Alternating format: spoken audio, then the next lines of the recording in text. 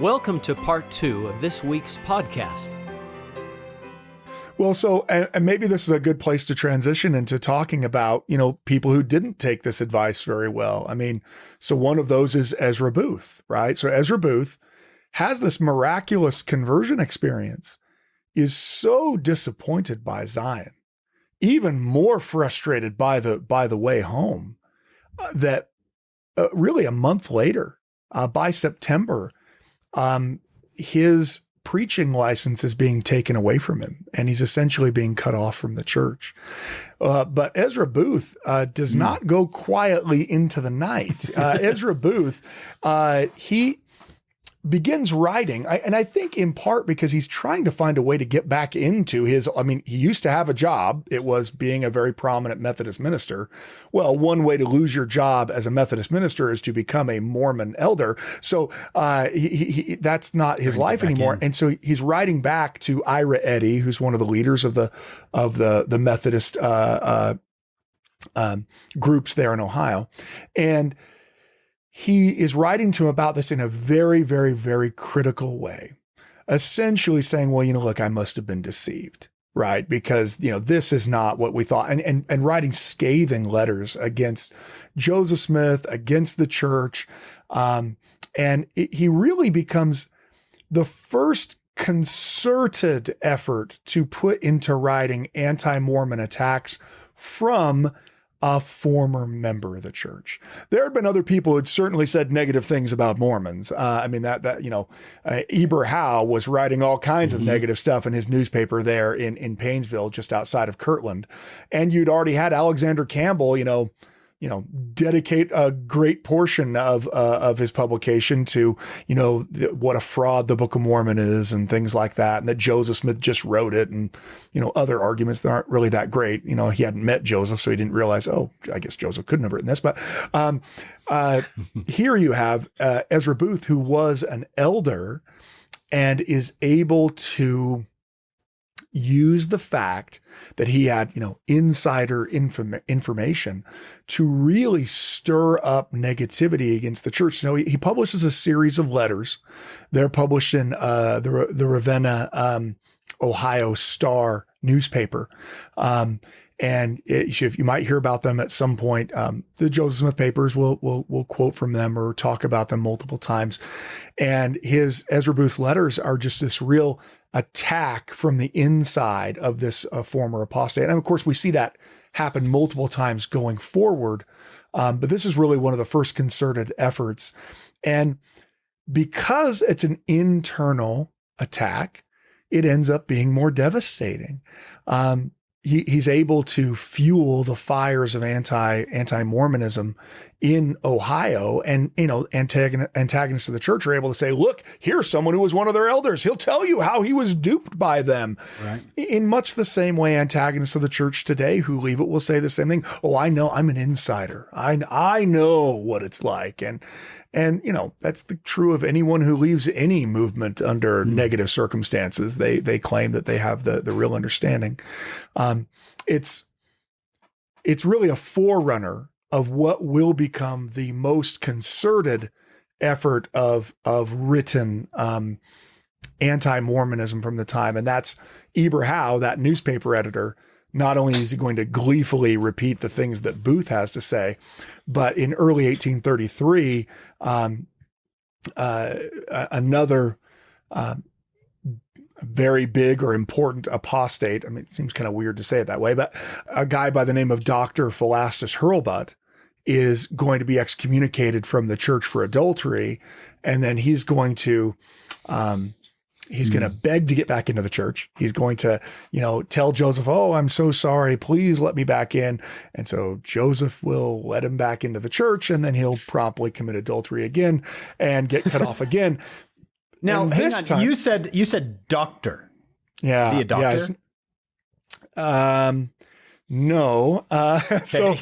So his parents named him Doctor. So this is a really good tip for those of you who are about to have children. If you want your son or daughter to sound, like they really succeeded in life, go ahead and give them a name like Doctor. I've always said this would be like naming my son MVP of the NBA Finals, Dirkmaat, and then You got to call him that. Like, it's his name. It's his name. I mean, and then however he turns out in basketball. It reminds me of when people used to tell me about the King Follett discourse. King Follett. That's what I was just thinking. I was like, what was he king of? Yeah, he's king of what? Or what about the framer named Governor Morris? Yeah, Gouverneur Morris. Yeah, that's his name. You're like, wow.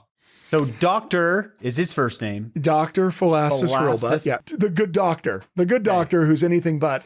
In fact, he commits adultery again. That's what you said. Yes, it seems to be a pattern. He is going to become very important to church history because he is going to claim that not only does he have all this insider information, right? Because I was an elder in Mormonism, right? Not as many men were ordained to the office of elder then as are now. It wasn't universal, but it was still also a play upon the fact that in the Protestant community generally, an elder was a pretty big deal in a church, right? Okay. It was especially in the Presbyterian church. I mean, it meant you were in the leadership of the church. Many of the early converts were Presbyterians, right? And so you've probably seen this in newspaper reports today, right? I mean, every so often there'll be a Latter-day Saint who commits a crime, and they will, the news media will make a really big deal about it. So-and-so, an elder in the Mormon church, which to every Mormon, priest, right? Yeah, exactly. High priest. A high priest of Mormon. Oh, so he was like over 50 then. We have a democratized, priesthood where essentially every worthy male member receives it. But that's just not the case among Protestant churches. People don't have titles unless they actually so when they hear, positions. I was an elder. Yeah, it's a helpful way. Yeah. Oh, he was second only to Joseph. He has this insider claim, but then he's going to make a much more fantastical claim. He's going to claim that while he was on his mission in Western Pennsylvania, he found the actual source of the Book of Mormon. And he is the originator of the claim that a former minister by the name of Solomon Spalding had actually written the Book of Mormon. Because part of the problem was, again, Alexander Campbell dismissed the Book of Mormon out of hand because it wasn't the Bible, and the Bible's all that mattered. And so he went through the Book of Mormon to try to find every place where it wasn't the same as the Bible to prove, see, this can't be true. It's not the Bible. And so Campbell very blithely Joseph, in fact, he says, it is certainly the work of Joseph Smith himself, as Satan is the father of lies. I mean, so his, he doesn't know Joseph. And so his conclusion is, well, Joseph Smith obviously wrote this. There's a couple of problems, right? The initial reactions of the Book of Mormon are, well, I'm just going to dismiss it because this is obviously garbage. Or, well, I mean, Joseph Smith just sat down and, pounded this out, apparently. There's, the problem is if you, see lots of people reading the book and they start to be convinced by it. It's one thing when it's crazy person you don't know, but what happens when it's your brother or your sister? What happens when it's your wife? The argument only idiots would believe this is from God is not as powerful an argument when you know the people that are converting. And now you need a better explanation. Second of all, if you know Joseph Smith, it becomes harder to say, oh yeah, I'm sure he just wrote this all 4 years ago. And he just put it all out there. I mean, it seems beyond his capabilities. Well, Solomon Spalding solves both of those problems, right? Why is it that people are falsely, I'm putting in air quotes because it's not falsely, obviously, but they're saying falsely, being convinced of this Book of Mormon? And why is it that, how is it that it's as well written as it is? Well, I know why. Because a former minister, who of course knew the Bible backward and forward, he wrote a book that he intended to be what they called at the time a romance. That sounds as if, it was going to be, something that would be, on a Lifetime movie channel at some point. It's a Hallmark, celebration. But that was the 19th century terminology for what we would today call a novel, right? A romance is something that's not, it's fiction. It's a fiction story. That Solomon Spalding wrote this fictional book. And of course, because he's a minister and knows the Bible backward and forward. He works all kinds of biblical stuff in there. And that's the reason why when people read the Book of Mormon, they think that it sounds like scripture because this pastor wrote it. And oh, by the way, why is it written in an ability that's well beyond Joseph? Well, because it's this educated pastor who did it. Now, of course, the best part of this claim is that Solomon Spalding is dead. So that makes it impossible to go ask Solomon Spalding. So his Hurlbut's claims are apparently, he begins making these public rounds, and they are very very dramatic, and in fact, very, he makes threats against Joseph Smith. Apparently at one point says that he is going to wash his hands in the blood of Joseph Smith. And makes enough threats against him that even in a time when it's very difficult for Latter-day Saints to get any kind of justice in the courts, Hurlbut is actually charged with making threats against Joseph's family. Wow. And is convicted of it and is essentially placed on probation and has to put up a bond saying that he'll keep the peace. And so Hurlbut's he's going to be hired by Eber Howe, this newspaper editor. He's going to be hired by him to go back to New York and Pennsylvania to collect as many negative affidavits about Joseph Smith as he possibly can.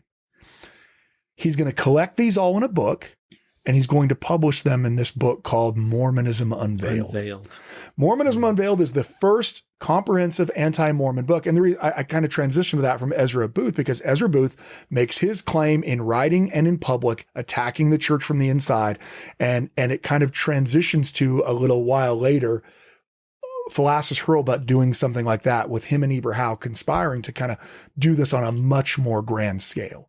Does Eber use Booth in the book as well? Not directly. Okay. He's not interviewing Booth. No, but he uses it in his newspaper. In his newspaper, they're certainly going to reference what's being published in the Ohio Star. So Hurlbut goes back to Palmyra. Who's there? Anybody who likes Joseph Smith? No. Well, so it's funny, right? Like, why did Joseph leave Palmyra? Because there was so much persecution, he had to get out. And then when you go to Palmyra and ask people about Joseph, surprisingly, people didn't like him. I mean, it's a really weird thing to go to. I went to the place where we drove him out of town on a rail, where we were planning to tar and feather him when he left town with Emma, but luckily, the doctor was able to intervene and stop them from doing that. But their plan was to That's a different doctor. Yeah, different doctor. Yeah, different doctor. Their plan, McIntyre, I think, is that doctor. But their plan is to physically assault Joseph, is how angry they are.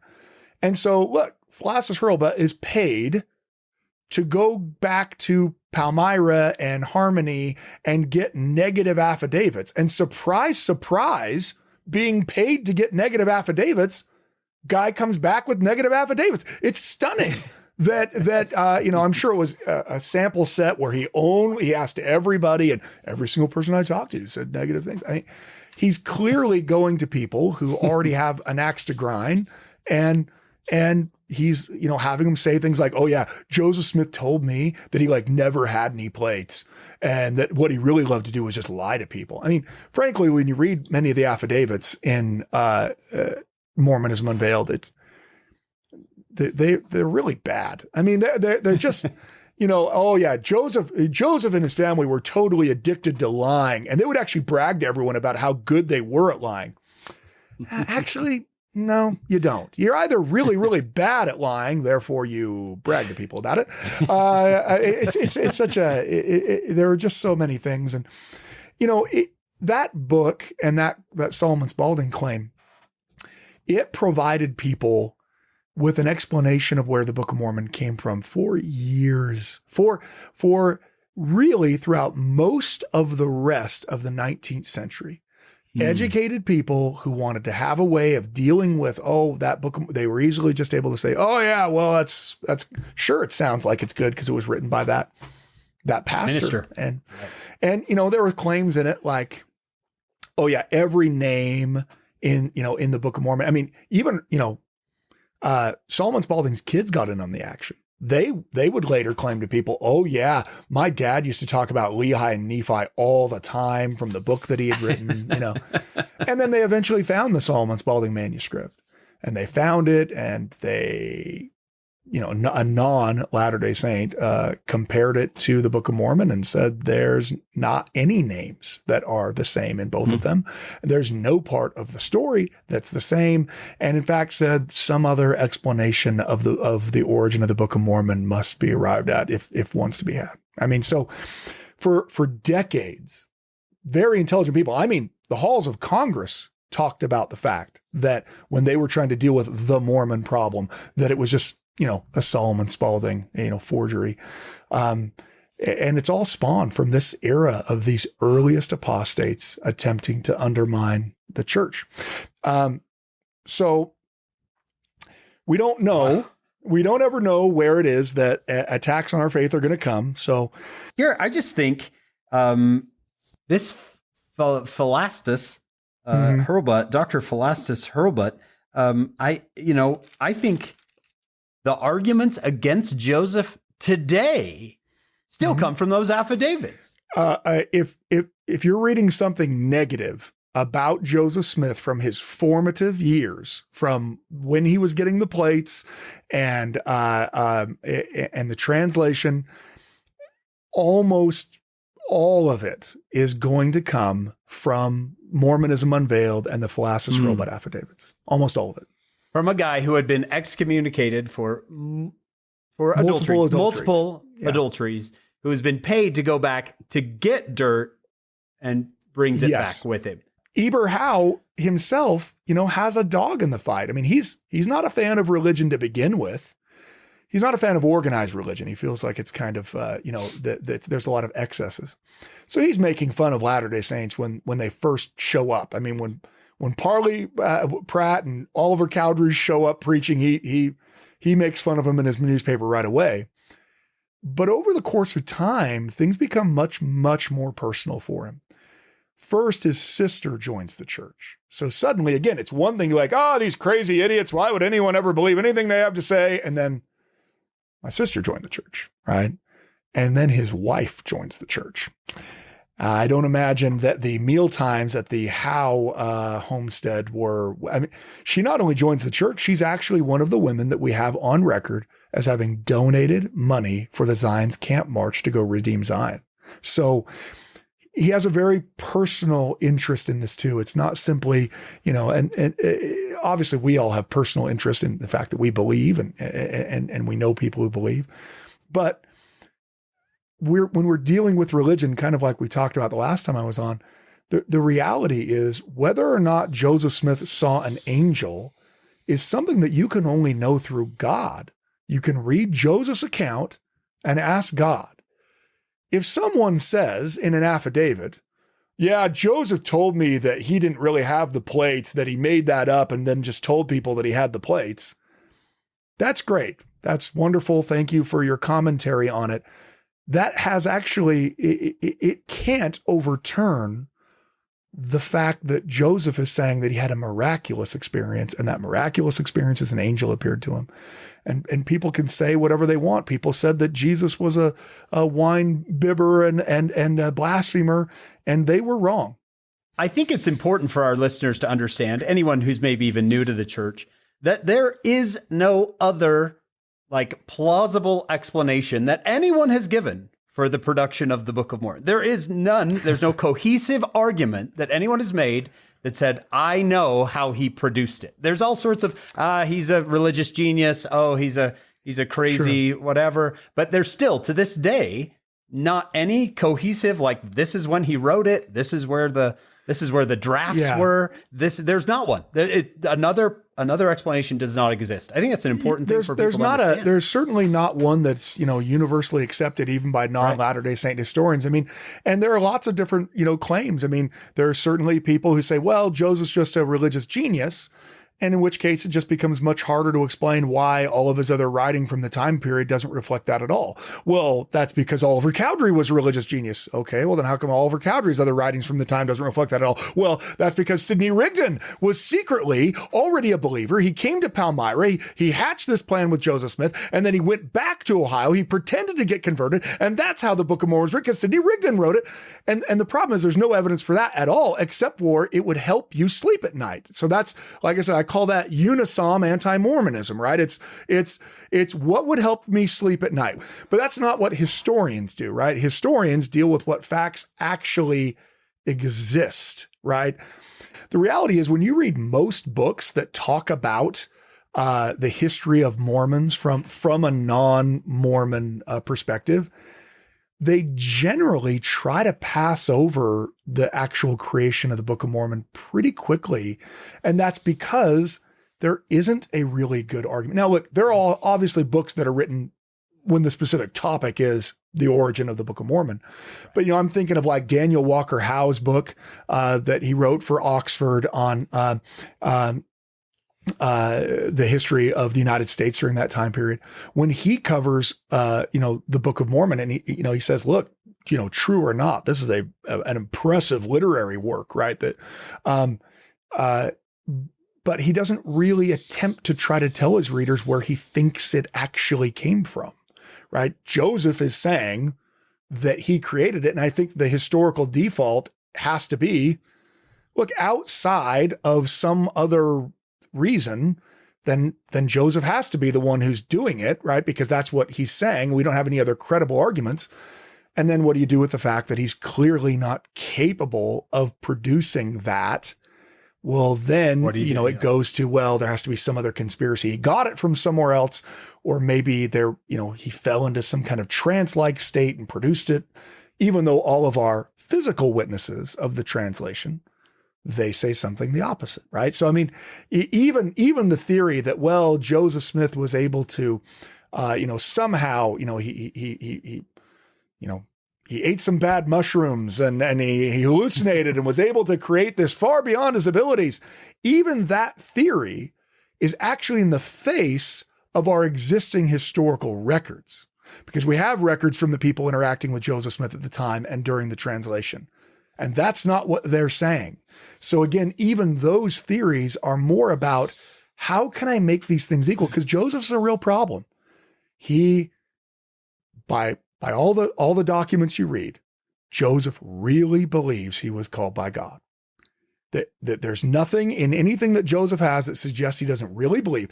If he really believes, it becomes much harder to explain how he fabricated the Book of Mormon and the gold plates and everything like that if he really believes.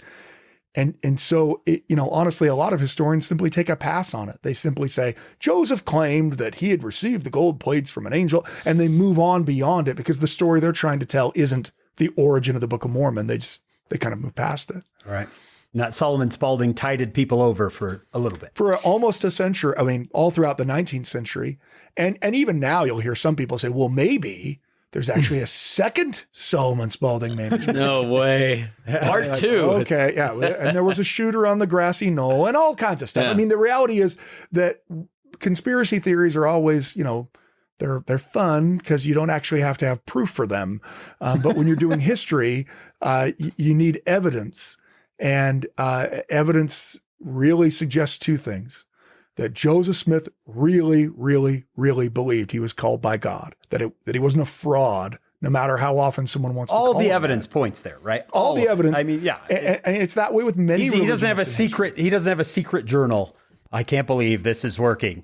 Yeah, it's a case with a lot of people, religious people from history, that,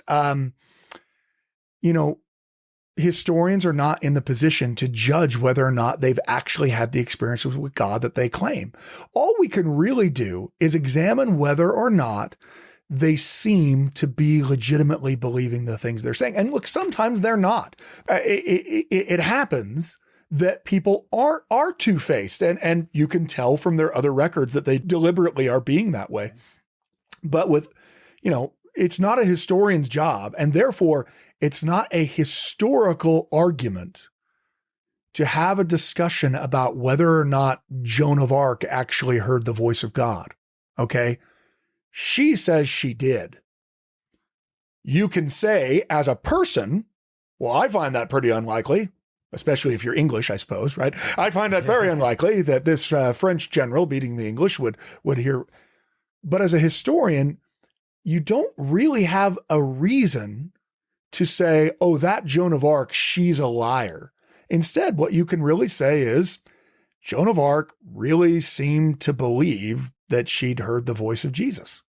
Now, that doesn't prove that she heard the voice of Jesus, but it does mean she's not a fraud, right? A fraud is someone who knowingly tells a story to people in order to curry favor that they know they don't deserve.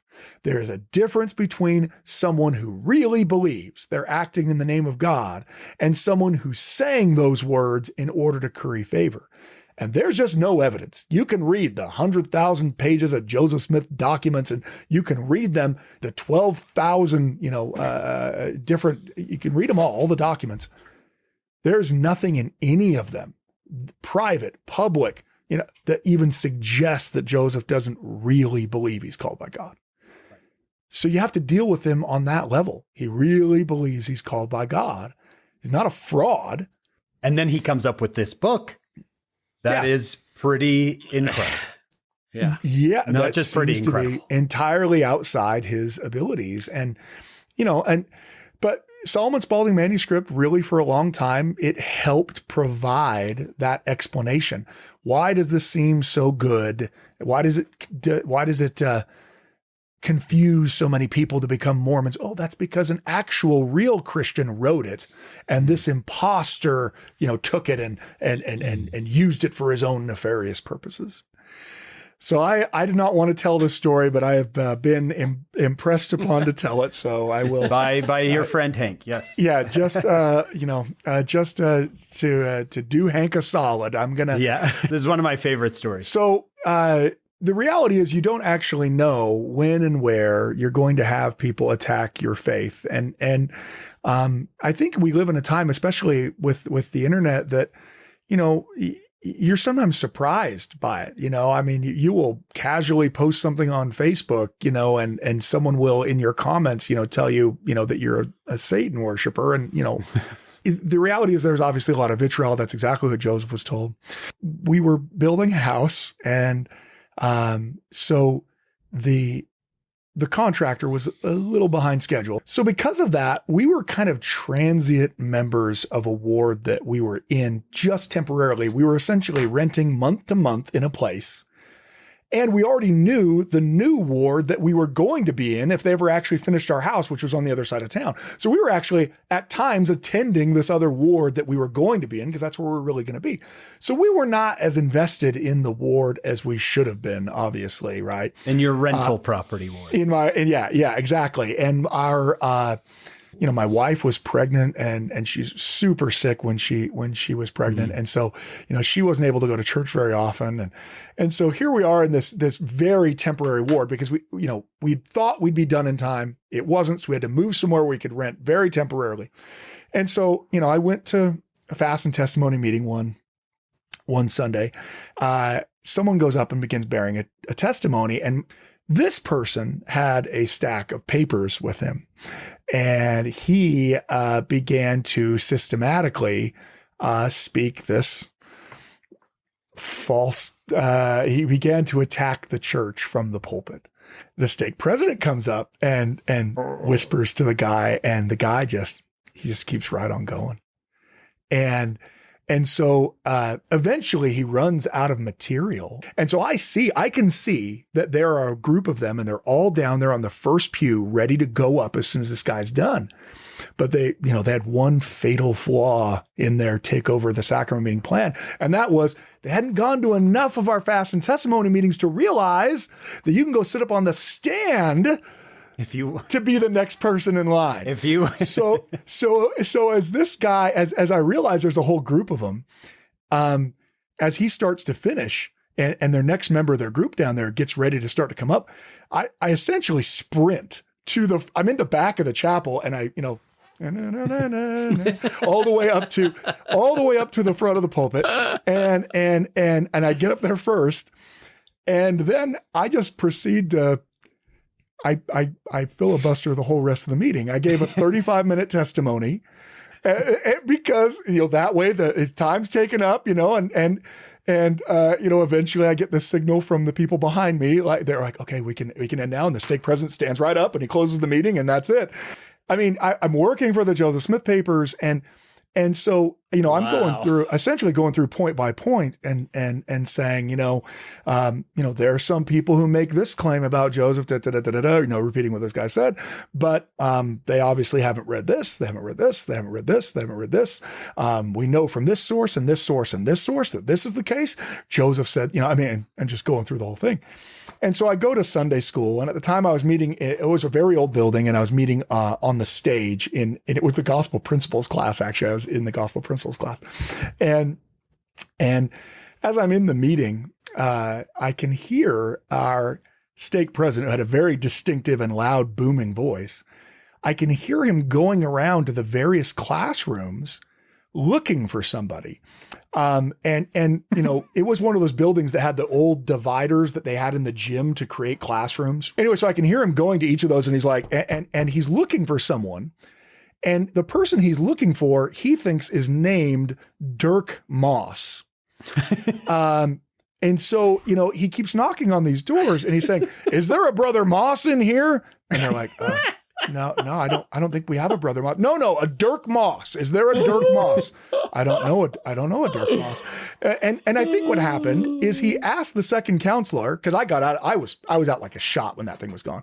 And I think he asked the second counselor, who was that? Right. And the second counselor was like, to that second counselor's credit, he had seen me he had met me one other time, and he remembered my name. And he was like, oh, that's brother Dirkmaat. And so the stake president thought my first name was Dirk and that my last name was Moss. And so he's wandering around the chapel, around the church, asking for someone that no one thinks exists, because he keeps asking for a brother Moss, and they're like, we don't have a brother Moss. No, we have a brother Moss. The one in the sacrament meeting. I don't know who that is, because they didn't know me because I was never there at church. And so anyway, eventually I hear him coming to the stage, and I hear the big knock, and like I said, he's got a booming voice, and he comes to the teacher answers, oh, President, do you have a brother Moss in your class? I don't think we have. No, brother Moss, a Dirk Moss. Do you have a Dirk Moss in your class? President, I don't think. And then he saw me in the back, and he's like, brother Moss, and he comes striding all the way across. I was so far down in my chair, like, please don't see me, please don't see me. And he comes up, and he's like, brother Moss. He's like, I just wanted to, come talk to you about what happened in there. And he said, I thank you so much for being willing to stand up and say those things. And his brother Moss, how did you know those things you were talking about? Look, at this point, he said my name wrong, like shouted it wrong about 30 times. So at this point, you can't be like, well, actually, my name's Gerritt. Yeah, you kind of just you let people say face. You don't. If someone said your name wrong that many times, you just let it go. Like, brother Moss, how did you know those things? He said, I've been a member my whole life. And there are lots of things that you said that I've never heard before. It was all, it seemed like you knew everything there was to know about Joseph Smith from that time period. I was working on Documents Volume 1 at the time for the Joseph Smith papers, which was the 1828 to the 1831 time period. So everything that this guy was talking about, and I wanted the conversation to be over, and I didn't want to try to explain it. And it had totally interrupted the whole class. And so I was like, I guess I'm just lucky. I guess I just remembered some of the stuff I've studied. And he's like, well, I just want to thank you. So the best part about that story, that I think the reason why Hank wants me to tell it, is not actually part of the story. It's not actually that part of the story shows that you never actually know when someone's going to challenge your faith and make all kinds of claims. And that's an important claim, yeah. Fast and testimony meeting. But the best part of the story is that we got a call like that week that our house was ready. And so we actually never went back to that ward again. And so what I want to believe, but I don't know, is that stake president was like, I went back to my office and I looked on the records of my stake, and there was no Dirk Moss. There had never been a Dirk Moss in my stake. We never heard from him again. He was there by himself. He was sitting alone by himself.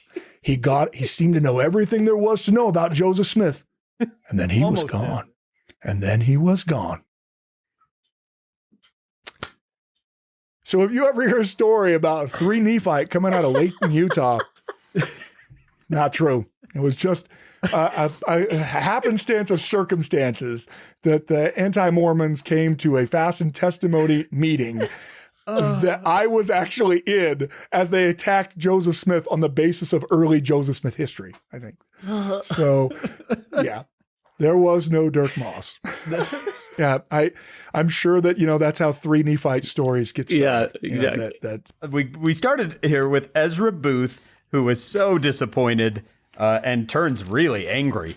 Really angry. And the sad part about Booth is that while he seems to initially be trying to ingratiate himself back into the Methodist fold, what we learned from another history, this is not a Latter-day Saint history, he actually abandons religion entirely.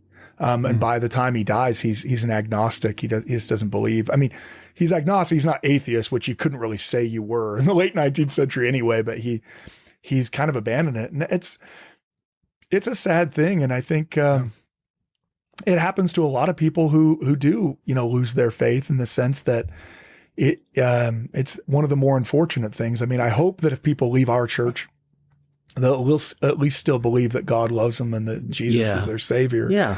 And that there's still truth out there. And it's unfortunate when people have kind of lost all hope. And that really is what happens with Ezra Booth. And, the other reason I told that story is that Sidney Rigdon is going to publicly challenge Ezra Booth and eventually Hurlbut and others to meet him in the public square anywhere. Simon's Rider, he'll challenge Simon's Rider to meet him in the public square, and he will debate them on any point of doctrine. And so he's never taken up on that, but he's more than willing to do it. Let's finish section 62. It's the next day. Yeah, and it's very brief. Yeah. They're still on their way back, obviously. I'm still on the legend of Dirk Moss. I'm still on so then they run into this guy named Dirk Moss, who seems to. Well, so what happens is it's precipitated by the fact that what happens is they run into a group of other elders, because now they're no longer taking the water route, right? Because they run into a group of elders that are coming down from that initial missionary call in Doctrine and Covenants section 56 that they're going down, and so they run into Hiram and others who actually had not made it to Zion yet, because these elders had actually taken seriously what God had commanded them to do, that they were to preach the word as much as they could along the way. And one of the unfortunate aspects of that is they had taken so long to get down there as they preached on their way down that Joseph had arrived, received the revelation of where the temple in Zion was supposed to be built, had some other, held their conference that they were supposed to hold, and then went back, on their way back. On their way home. So let's clarify, Gerritt, let's clarify for listeners that Joseph wasn't commanded to teach on his way. It was him and Sidney, go. No, they were supposed to go, but all of the other elders were supposed to preach along the way. Sure. Yeah. And I mean, obviously, I'm sure they did, preach where they had the chance, but Hiram and others had taken it very seriously. And so they were weeks behind the other people. And they run into each other. And so it is as negative as D&C 61 was, right? This negative, near death experience. D&C 62 is this, it's kind of this reunion, of the loved friends, but it also precipitates some questions, right? I mean, well, Joseph, if our goal was to preach all the way down to Zion so we could be there for the conference that's held in Zion that you guys had last week, so do we just turn around and go home with you now, or do we keep going to Zion? So I think there's some cool things to pull out of that. I think verse 3 is something that has, every missionary who's ever gone out and felt frustrated has probably had, hopefully, someone point them to 62 verse 3. Mm-hmm. Nevertheless, ye are blessed, for the testimony which ye have borne is recorded in heaven for the angels to look upon, and they rejoice over you, and your sins are forgiven. I mean, on just the possibility that my sins could be forgiven if I'm bearing testimony of the truth, I'm going to bear my testimony to every person I meet. I mean, just that, I can't imagine what, I'm guessing that these elders felt similarly frustrated like everyone else was, that this was not the thousands of people marching into the river to be baptized all at once. They had essentially not been listened to. This had not been successful. It was a terrible, arduous trek. And now they even missed the conference they were trying to get to. And God trying to remind them here, the Lord trying to remind them that what you did was follow me. And even if you don't convert anybody, what you were supposed to do was be obedient. And you were obedient. And you're going to be blessed for that obedience, even if people didn't follow. So I think that's a beautiful part of that section. And then secondly, to keep going, right? Yeah. Secondly, they get the answer to that question, right? That's verse 4. And now continue your journey to Zion. And they're going to hold their own meeting there to celebrate the fact they're there. Now, why is it that they are told to continue to go, right? It's very similar to the same advice that was just given about why the Joseph group, why his party had taken boats, even though God obviously knew that they were eventually going to have some problems in the boats. Why? Because I want you to be able to bear a testimony of the experience you had. This is the same thing that these people are told here, that they're going to go and that they're going to be able to bear testimony, right, of that when they go back. So, and then you may return, this is verse 5, and then you may return to bear record, yea, even altogether, or 2 by 2, as seemeth you good. It mattereth not to me, only be faithful and declare glad tidings unto the inhabitants of the earth and among the congregations of the wicked. Well, I guess we can do 6:2. Behold, I, the Lord, have brought you together that the promise might be fulfilled, that the faithful among you should be preserved and rejoice together in the land of Missouri. I, the Lord, promise the faithful and cannot lie. And so part of the reason why he still wants them to go is, first of all, they were promised that they'd get to see the land of Zion. And second of all, they're going to not, when they go back to bear testimony in Kirtland to the main body of the church, they're not going to be able to say, yeah, we got like most of the way there and then we just kind of turn around. They're going to be able to say, we saw the spot where the Lord told Joseph Smith the temple as the center of the city of Zion is going to be built. We saw it. It's real. We were there. And there's something to that. There's something to the testimony of that experience that makes it all the more powerful for those who are still wondering about belief. When I was a bishop, we had this guy whose wife died, elderly couple, very inactive, went and talked to him. And he said, well, my wife just had this hang up with plural marriage. I was a ward clerk before. And we invited him back and he said, okay. And he came back to church, and then one day he knocked on my office when I was a bishop, and he just came in and he sat down. He said, I had a dream last night. And she said, take me to the temple. Now, I can't exactly wrap my head around it, how cool that is, because she was in the temple in the dream. She said, that's take awesome. Me to the temple. And suddenly something made sense. She came walking out and she looked beautiful and she was in front of this white cloudy thing. So we're like, I'm going to get you signed up. We're going to get you the temple prep lessons. Okay. He takes the temple prep lessons, finally goes to the temple. Long story short, knocks on my door again. He says, Bishop, and I kind of gave it away. He said, Bishop, I went to the temple, and when they said, we will now reveal the veil of the temple, that's what it was. That's awesome. And like, she was in the temple, went to the next life with this very bad opinion confusion, whatever, about plural marriage, but she showed up in the temple. Yeah. Apparently forgiven, apparently everything made sense, and said, "You got to take me to the temple." And he did.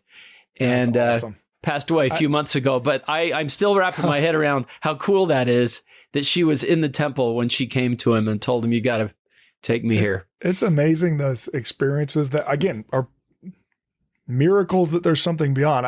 Even just recently with my brother dying, my 12-year-old son, Kai, he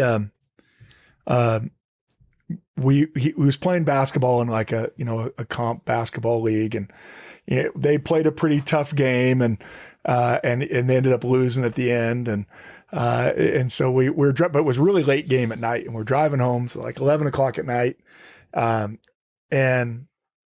even though I said, "Hey man, as soon as we get home, you got to get to bed, man. You got to school in the morning. We got to go." And so we got home, and I was kind of doing the dishes, and my wife was in there, doing some other things too, and he just kind of sat there. He just sat at our counter, and he was sitting there, and it was just kind of weird, right? I mean, if you had teenagers, it's like, there's what's going on with them today, right? And I said, "Hey, Kai, man, what you doing? It's time for bed. Go get in bed." And he said, "So I had to write a biography for school." And so I immediately went to the most negative place, right? Because that's what parents do, because you've been through this rodeo before. And so I'm like, "Are you trying to tell me that this is due tomorrow and that you didn't do anything and now we have to spend up tonight?" I mean, that was my reaction, which obviously was literally the worst reaction and a demonstration of how in tune with the Spirit I was.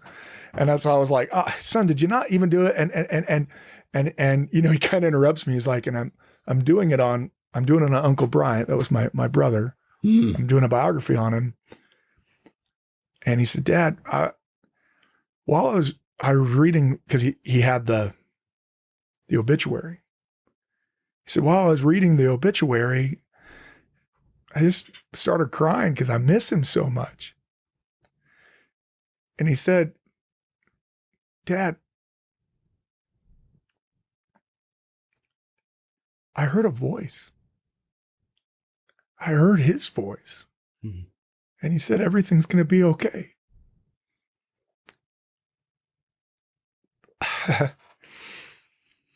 And I know my son, and I know my son wasn't making up a story. Yeah. And so I think it's beautiful when we get these connections from the other side. And I'm a believer that what we think a chance is here of getting the gospel is. Yeah. I think every single person that God can shove into those kingdoms, he is going to, by hook or crook, by all means, he won't exercise any compulsion except that, to like force people to take another chance to try, because he loves them so much, he wants them to be saved. And that's why, I love DNC 76 for that, the very reason. It's just transformative of Christian thought. And I think our listeners would love to hear on your personal thoughts on Joseph Smith, the restoration, and what it has done for you, especially considering all that you've been through recently.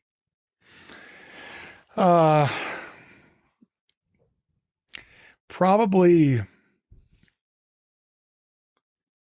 I'm not capable of expressing what it is I feel and believe, I think. I don't have the ability to speak with justice to what it is I feel. I've studied church history. My entire adult life, there are obviously other people who are far better scholars than I am, and people who are more intelligent than I am. Certainly people who probably follow the gospel better than I do. But I have, in studying the life and documents of Joseph Smith and those early men and women who were early Latter-day Saints. I've had the Spirit speak to me multiple times and tell me that this is God's true work. I was working on the Joseph Smith papers on a volume with another colleague, and it was interesting as we were going through the documents. We'd read each of the documents separately next to one another as we'd try to figure out, okay, we need to annotate this, we need to annotate this. And there were multiple times that we'd be reading the document and we would look up at one another at exactly the same time without anything being said. And it was because we both felt the same thing at the same time, where we expressed, what we just read was not written from Joseph Smith. What we just read was a revelation that came from God, and it was truth that came from God, and that it was so enlightening. I realize, obviously I have all kinds of friends that are into the church, out of the church, on their way out of the church, hopefully coming on back into the church. I mean, we all have friends in every aspect of our life. And sometimes there are aspects of church history or doctrine or belief that cause us to struggle, and they make us wonder if the whole thing is true. If you're someone who's thinking, well, I have a few doubts, so I guess I just don't have a testimony at all. Well, if you have a few doubts, it's called being a person. It's called existing at all, right? The fact that you have questions about things and that you don't have all the answers does not mean that you don't have faith or a testimony. It just means you're like every other person who's ever sought out faith in the history of the world. And sometimes, because we can't get all the answers, it causes us to spin a little bit, to the point where the thing we can't get the answer to is such that it causes us to forget what it is that we even have. It is sometimes a very real frustration. I am not belittling this frustration in any way. I understand why this is a very difficult concept. And that is, what is marriage going to be like in the next life, right? I mean, it is something that is such a major part of not only our church, but our culture in this mortal world, and trying to figure out how it's going to work. And then especially when it comes to things like, now, wait a minute, my grandmother, she was married to 4 different men when she was alive. But when we went and did her temple work for her, we sealed her to all 4 of them. But obviously she's not married to all 4 of them in the next life. So who's my grandmother going to be with? Right, because, I read her journal and I really think she was closest to the second husband that we sealed her to. But, they told us to seal her to all of them. And so and you can start to see how people start to get really worked up in their mind because they don't understand how it is that marriage is going to work in the next life. And sometimes that frustration that you don't know, that it hasn't been revealed, can get such that it causes people to have a faith crisis. It causes them to say, I just don't know what to believe anymore. But it's important that when you're in those times that you realize that the very reason that you're asking the question is because you believe Joseph Smith's a prophet.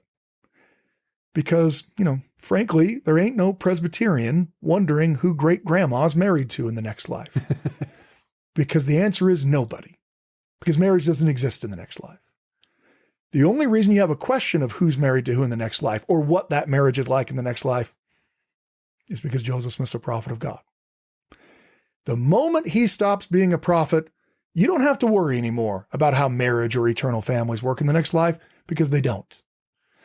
The moment Joseph stops being a prophet, you don't have to worry about how the premortal life factors into our progression, because it doesn't. Because there wasn't a premortal life. Because there isn't a progression.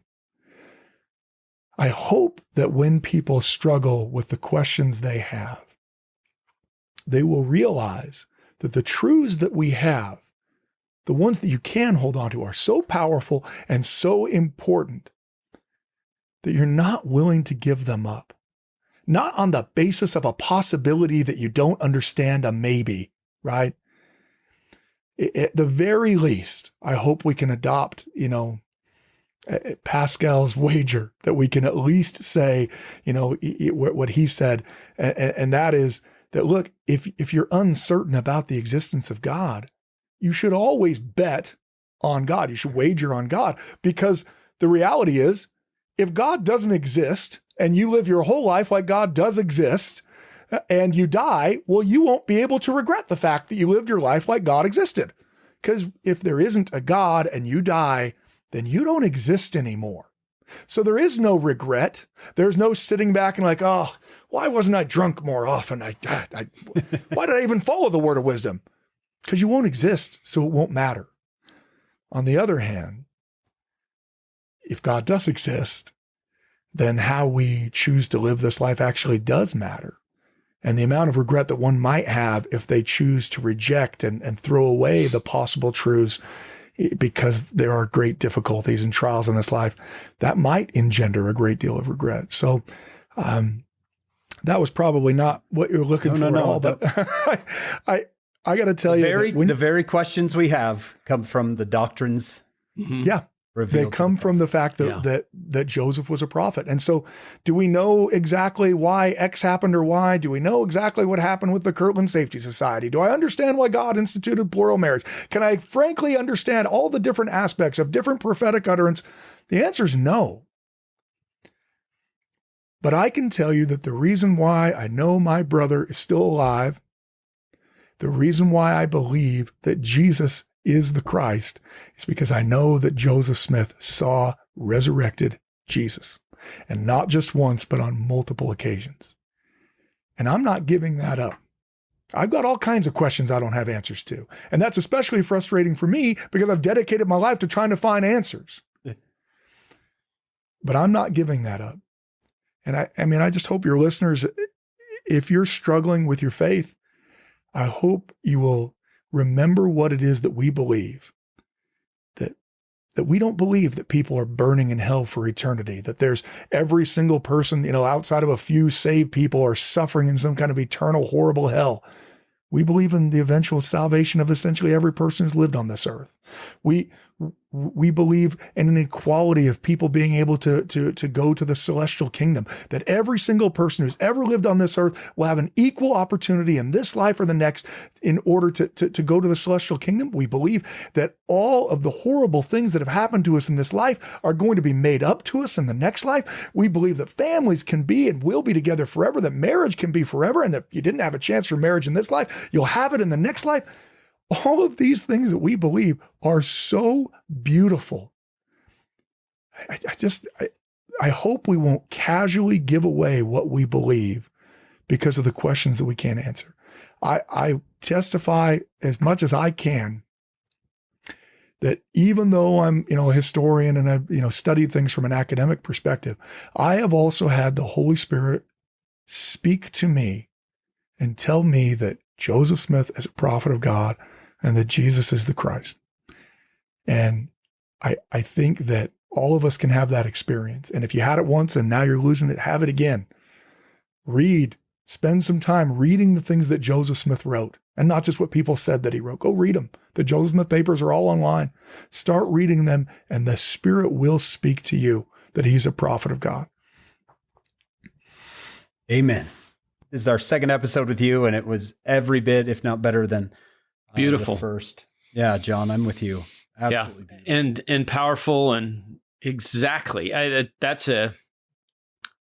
Just brings clarity to think of it that way. I love the way you said that.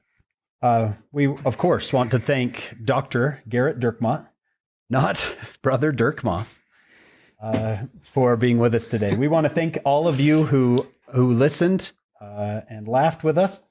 We're very grateful for your support. We want to thank our executive producers, Steve and Shannon Sorensen, and our production crew, David Perry, Lisa Spice, Jamie Nielsen, Kyle Nelson, Will Stoughton, and Maria Hilton. And we hope you will join us on our next episode of Follow Him.